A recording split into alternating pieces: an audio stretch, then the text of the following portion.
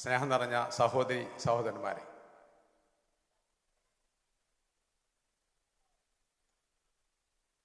കാലാവസ്ഥ ഇന്ത്യയുടെ സാമൂഹ്യ അവസ്ഥ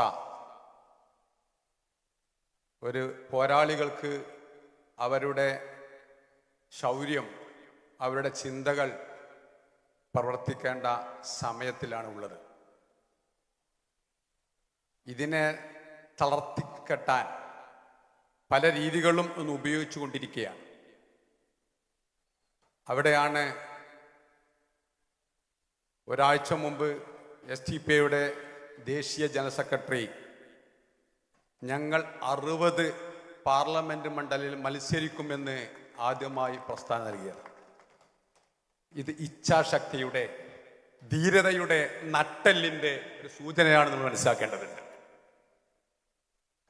പല ആളുകളും ഇന്ത്യ എന്ന് പറയുന്ന രാജ്യം നിങ്ങൾ നോക്കുമ്പോൾ ഭീതിയിലാണ്.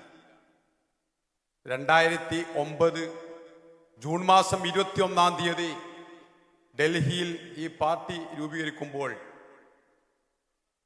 അവിടെ പ്രധാനമായിട്ടും 2 മുദ്രാവാക്യം ഉയർത്തുകയുണ്ടായി ഇന്ത്യ രാജ്യത്തോട്: ഭയത്തിൽ നിന്നുള്ള മോചനം, വിശപ്പിൽ നിന്നുള്ള മോചനം. ഇപ്പോഴാണ് പല പ്രതിപക്ഷ പാർട്ടികളും ഒക്കെ അത് ഇങ്ങനെ ഉണ്ട് എന്ന് അവർ ഉള്ളിലൂടെയെങ്കിലും അല്ലെങ്കിൽ പുറത്തെങ്കിലും പറഞ്ഞുകൊണ്ടിരിക്കുന്നത്. ഇവിടെയാണ് ഈ പാർട്ടിയുടെ നേതാക്കന്മാരുടെ, അണികളുടെ, അവരുടെ ചിന്താമണ്ഡലത്തിൽ നിന്ന് രൂപപ്പെടുന്നുണ്ടുള്ള യഥാർത്ഥത്തിലുള്ള ഇന്ത്യക്ക് ആവശ്യമുള്ളത് എന്താണ് എന്ന് ബോധ്യപ്പെട്ടുകൊണ്ടിരിക്കുന്നത്. ഇപ്പോഴും നമ്മളെ കേരളത്തിൽ എല്ലാവരും ഒന്നില്ലെങ്കിൽ LDFിലേക്കോ അല്ലെങ്കിൽ UDFിലേക്കോ തിരിഞ്ഞു നോക്കുകയാണ്. ഇത് നമ്മൾ മാറ്റേണ്ടതുണ്ട്. നമുക്കറിയാം, ഓരോ ദിവസവും കോൺഗ്രസ് നിന്ന് പോയിക്കൊണ്ടേയിരിക്കുകയാണ്.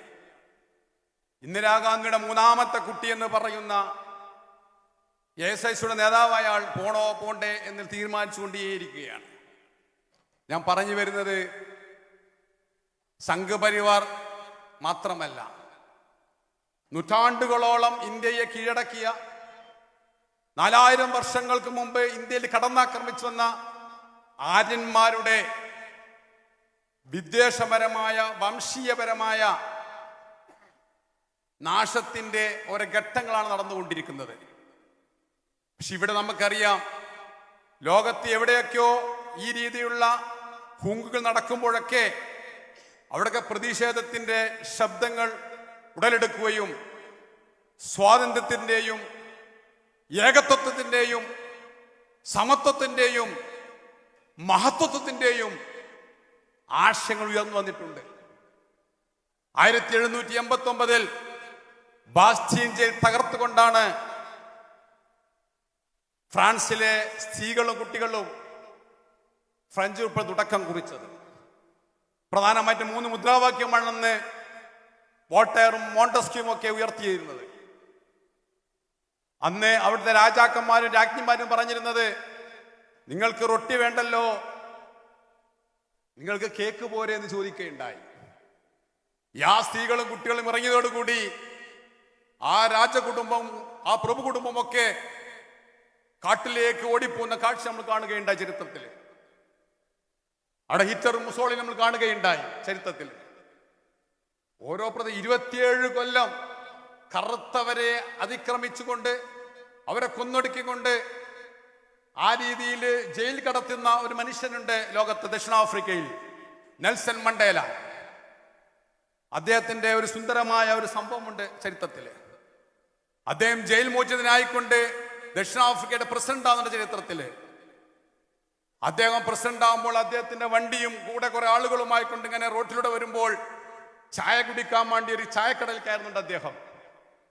അപ്പോൾ ഇദ്ദേഹത്തെ കണ്ടോടുകൂടി ഒരു മനുഷ്യൻ, വയോവൃദ്ധനായ ഒരു മനുഷ്യൻ തലകുനിച്ചുകൊണ്ടിരിക്കുന്നുണ്ട്. നെൽസൺ മണ്ടേല അവിടെ സപ്രോട് പറഞ്ഞു, ഒരു ചായയും കടി അദ്ദേഹത്തിന് കൊടുക്കുകയെന്ന്.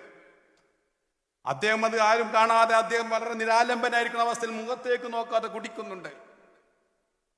നെൽസൺ മണ്ടേല അദ്ദേഹം നേരിട്ട് സംസാരിച്ചു, നിങ്ങൾക്ക് എന്നെ മനസ്സിലായോ എന്നുള്ളത്. അദ്ദേഹം ആരായിരുന്നു? 27 കൊല്ലം നെൽസൺ മണ്ടേല ജയിലിൽ കടന്നപ്പോൾ അന്നത്തെ ജയിൽ സൂപ്രണ്ട് ആയിരുന്നു. വെള്ളം ചോദിച്ചപ്പോൾ മൂത്രം കൊടുത്ത ആ ജയിൽ സൂപ്രണ്ട് നിരാലംബരം നടക്കുമ്പോൾ ചരിത്രത്തിന്റെ നിയോഗം എന്ന രീതിയിൽ ആ രാജ്യത്തിന്റെ പ്രസിഡന്റായി വരുമ്പോൾ അത് മുഖത്ത് നോക്കാൻ കഴിയാതെ അദ്ദേഹം നൽകിയ ചായയും പലഹാരവും നിൽക്കുന്ന അവസ്ഥയിൽ ചരിത്രം കാണിച്ചു കൊടുക്കുകയുണ്ടായി. ഇവിടെ മനുഷ്യന്റെ മഹത്വം മാറി വരുമെന്ന് പറയുന്നത്. കറുത്ത മുന്തിരിയുടെ നിറമുള്ള നല്ല സ്പ്രിങ് പോലൊരു മനുഷ്യനുണ്ടായിരുന്നു ചരിത്രത്തിൽ. അദ്ദേഹം വിമോചനത്തിന്റെ ഒരു ആവേശം മൂത്തുകൊണ്ട് ഒരു മനുഷ്യനെ കാണാൻ പോകുന്നുണ്ട്. അഭിസംബോധന ചെയ്തു, ഉമയ്യത്തിന്റെ അടിമയാണ് എന്ന് പറഞ്ഞുകൊണ്ട്. അതിന് സ്വന്തം അസ്തിത്വമില്ലാത്തൊരു മനുഷ്യൻ, ഐഡന്റിറ്റി ഇല്ലാത്ത മനുഷ്യൻ. എനിക്കങ്ങനെ കാണുമെന്ന് പറഞ്ഞപ്പോൾ ഈത്തപ്പനെ ഒല കൊണ്ടുണ്ടാക്കിയ ആ വാതിൽ തുറന്നുകൊണ്ട് വരാൻ വേണ്ടി പറഞ്ഞു ഒരു മനുഷ്യൻ അതിൻ്റെ ഉള്ളിൽ നിന്ന്, വിശ്വവിമോചകൻ എന്ന രീതിയിൽ. അങ്ങനെ വരുമ്പോൾ ആ മനുഷ്യൻ പറയുകയാണ്, എന്റെ ശരീരം മുഴുവൻ ഒട്ടകത്തിന്റെ മൂത്രത്തിന്റെ മണമാണ്, എന്റെ ശരീരത്തിൽ ഒട്ടകത്തിന്റെ ചാണത്തിന്റെ മണമാണ്, എന്റെ ശരീരത്തിൽ വൈക്കോലിന് പുല്ലിന് മണമാണ്.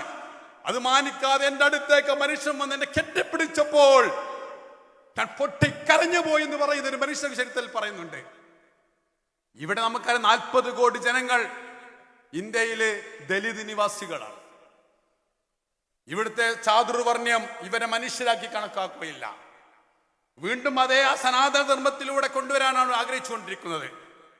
പക്ഷെ സുന്ദരമായ മുഹൂർത്തം കാലഘട്ടം കഴിഞ്ഞപ്പോൾ ആ മനുഷ്യൻ തന്നെയാണ് ഉയർന്ന പ്രഖ്യാപനം നടത്തിക്കൊണ്ട് ചരിത്രത്തിലേക്ക് നിയോഗിക്കപ്പെട്ടിരുന്നത്. ഞാൻ പറഞ്ഞു വരുന്നത്, ഇവിടെ നമുക്കും ഇതുപോലെ ഒരുപാട് ചരിത്രങ്ങൾ നമുക്കുണ്ട്. കഴിഞ്ഞ ഒരു മാസം മുമ്പ് എൻ്റെ വീട്ടിന് മുമ്പിൽ ഞാൻ വരികയാകുമ്പോൾ വീട്ടിന് മുമ്പിൽ കാറിൽ നിൽക്കുന്നുണ്ട്. അവിടെ 2 സഹോദരിമാർ, ഒരു 18 വയസ്സ് ആൺകുട്ടിയും ഡ്രൈവറായിട്ടിരിക്കുന്നു. എന്നെ കണ്ടപ്പോൾ പുഞ്ചിരിച്ചുകൊണ്ട് വന്നു. ഞാൻ പരിചയപ്പെട്ടു, അകത്തേക്ക് ഇരുത്തി. ഇതൊക്കെ പറയാൻ ശക്തിയില്ലാതിരിക്കുകയാണ്.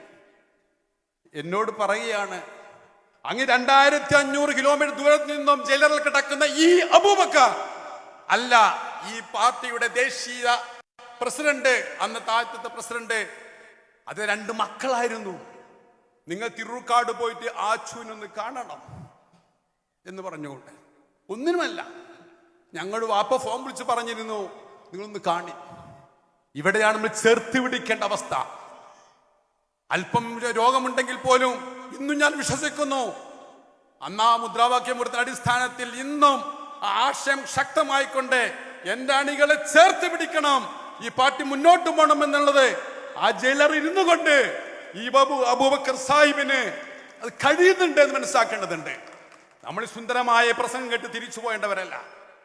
നമ്മുടെ ബ്രാഞ്ചിലും നമ്മുടെ പ്രവർത്തകന്മാരിലൊക്കെ ചുണ്ടുന്ന ചെവിലേക്ക് മന്ത്രിച്ചുകൊണ്ട് നമ്മളെ കുട്ടികളെയും ഒക്കെ വളർത്തിക്കൊണ്ട് ഇത് ആശയം പറഞ്ഞു കൊടുക്കേണ്ടതുണ്ട്.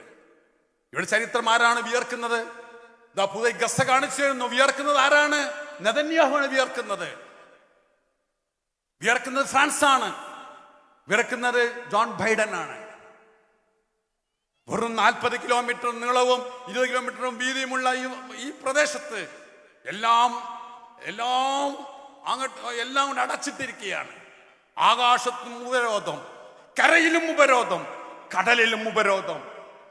പക്ഷെ വിശ്വവിമോചനത്തിന്റെ, സ്വാതന്ത്ര്യത്തിന്റെ, സമത്വത്തിന്റെ, മഹത്വത്തിന്റെ, സ്വാതന്ത്ര്യം ശുദ്ധമായി വിശ്വസിക്കുമ്പോൾ അവർക്ക് അനുകൂലമായ രീതിയിൽ പ്രകൃതി അനുനയിച്ചു കൊണ്ടിരിക്കുമെന്ന് ചരിത്രം സാക്ഷിയാണ്. നമുക്കറിയാം, ഇന്ത്യ എന്തുകൊണ്ടും ചരിത്രം പഠിക്കുമ്പോൾ അങ്ങനത്തെ ഒരു ഗത്യന്തത്തിലേക്ക് പോയിക്കൊണ്ടിരിക്കുകയാണ്. ഒരുപാട് ആശിഫമാർ, ഒരുപാട് കുഞ്ഞുങ്ങൾ, സ്ത്രീകൾ വരെ ബലാത്സംഗത്തിരയായിക്കൊണ്ടിരിക്കുന്ന അവസ്ഥയിൽ ഇവരുടെ ചോരകളോട് വീട്ടിട്ടുണ്ടെങ്കിൽ അവരുടെ ഉമ്മമാരും കുട്ടികളും ഒക്കെ അത് വളരെ ഭംഗിയോടുകൂടി, സന്തോഷത്തോടുകൂടി, അർപ്പണത്തിന്റെ, തൻ്റെ അടുത്ത് നട്ടലിന്റെ പുതിയ ഊർജം അവിടെ സിരകളിലൂടെ ഒഴുകിക്കൊണ്ട് പുതിയ വിമോചനത്തിന്റെ ഇന്ത്യ വീണ്ടെടുക്കും എന്ന് കാത്ത് യാതൊരു സംശയമില്ല എന്ന് മാത്രം പറഞ്ഞുകൊണ്ട് ഈ നൽകിയ സ്വീകരണത്തിന് അഭിവാദ്യം അർപ്പിച്ചുകൊണ്ട് എന്റെ വാക്കുകൾ അവസാനിപ്പിക്കുന്നു. ജയ് സോഷ്യൽ ഡെമോക്രസി.